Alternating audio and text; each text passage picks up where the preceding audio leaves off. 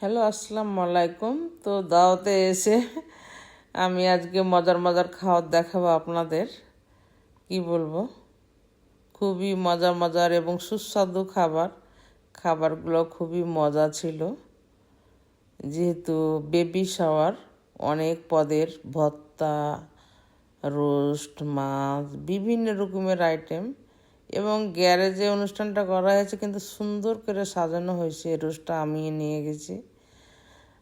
কি বলবো, অনেক রকমের পিঠে, কি বলবো, পিঠে পায়েস, খুবই আমার ভালো লাগছে অনুষ্ঠানটা। এটা কিউই ফল পিঠা,